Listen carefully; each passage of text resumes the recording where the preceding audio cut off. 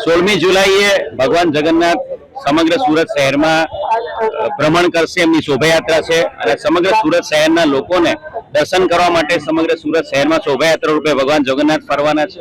સમગ્ર સુરત શહેરમાં 8 જેટલી શોભાયાત્રાઓનું આયોજન કરવામાં આવેલું છે। એમાં સૌથી મોટી જે શોભાયાત્રા છે 14 કિલોમીટરની શોભાયાત્રા, જેનું રેલવે સ્ટેશનથી પ્રસ્થાન થશે અને જે ઇસ્કોન મંદિર સમાપન થાય છે। આ શોભાયાત્રા રૂટ ઉપર આજે પોલીસ કમિશનર વામંગ જમીર સાહેબના માર્ગદર્શન હેઠળ ફૂટ પેટ્રોલિંગ અને ફ્લેગ માર્ચનું આયોજન કરવામાં આવ્યું છે।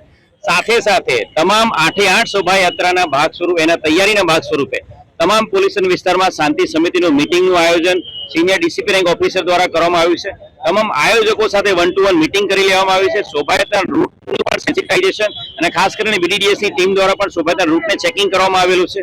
શોભાયાત્રા જે નીકળશે જે 16મી જુલાઈએ, તો તમામ શોભાયાત્રા રથયાત્રા રૂટ ઉપર સિનિયર અધિકારી, additional commissioner, deputy commissioner, ACP અને પીઆઈ એવા સિનિયર અધિકારી દ્વારા ટીમો તૈનાત કરવામાં આવેલી છે અને તમામ શોભાયાત્રામાં ઉચ્ચ અધિકારી દ્વારા બંદોબસ્ત ગોઠવવામાં આવ્યો છે। સાથે સાથે મુખ્ય શોભાયાત્રા જે રથયાત્રા છે એની અંદર ક્રાઇમ બ્રાન્ચ અને એસઓજીની અલગ અલગ ચુનિંદા અધિકારીની ટીમો પુશિંગ સ્ક્વોડ તરીકે પણ કામગીરી કરશે। રથયાત્રાના સુપરવિઝન માટે ડ્રોન કેમેરા દ્વારા પોલીસ સુપરવાઇઝ કરશે। સાથે સાથે બોડી વન કેમેરા તમામ પોલીસ અધિકારીઓને ફાળવવામાં આવ્યા છે। બોડી વન કેમેરા દ્વારા પણ તમામ શોભાયાત્રા રૂટ પર રેકોર્ડિંગ કરવામાં આવશે।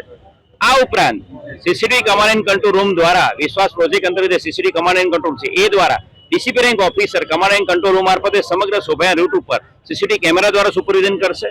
કોઈ પણ પ્રકારની ર્યુમર મોંગરિંગ ના થાય, કોઈ અફવાઓ ના ફેલાવે અને કોઈ બનાવ બાબતે કોઈ પણ હકીકત હોય એ સોશિયલ મીડિયા દ્વારા કોઈ ગેરમાર્ગે ના દોરે અને અફવાઓ ના ફેલાવે, એના માટે સાયબર ક્રાઇમની સ્પેશિયલ ટીમ આ તમામ દિવસોમાં, આગામી 2 દિવસોમાં સોશિયલ મીડિયા મોનિટરિંગ પણ કરશે।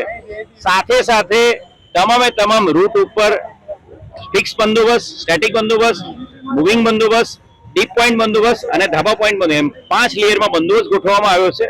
સમગ્ર સુરત શહેરની જનતા અને મીડિયા મિત્રોના માધ્યમથી ભગવાન જગન્નાથજીની રથયાત્રામાં પ્રસાદ માટે, કીર્તન માટે અને દર્શન માટે લોકો જોડાય એવી તમને અપીલ કરું છું અને લોકોને એકદમ ધાર્મિક વાતાવરણમાં અને સામાજિક અને સૌહાર્દના વાતાવરણમાં લોકો આ તહેવાર ઉજવે એવી શુભકામનાઓ પાઠવું છું।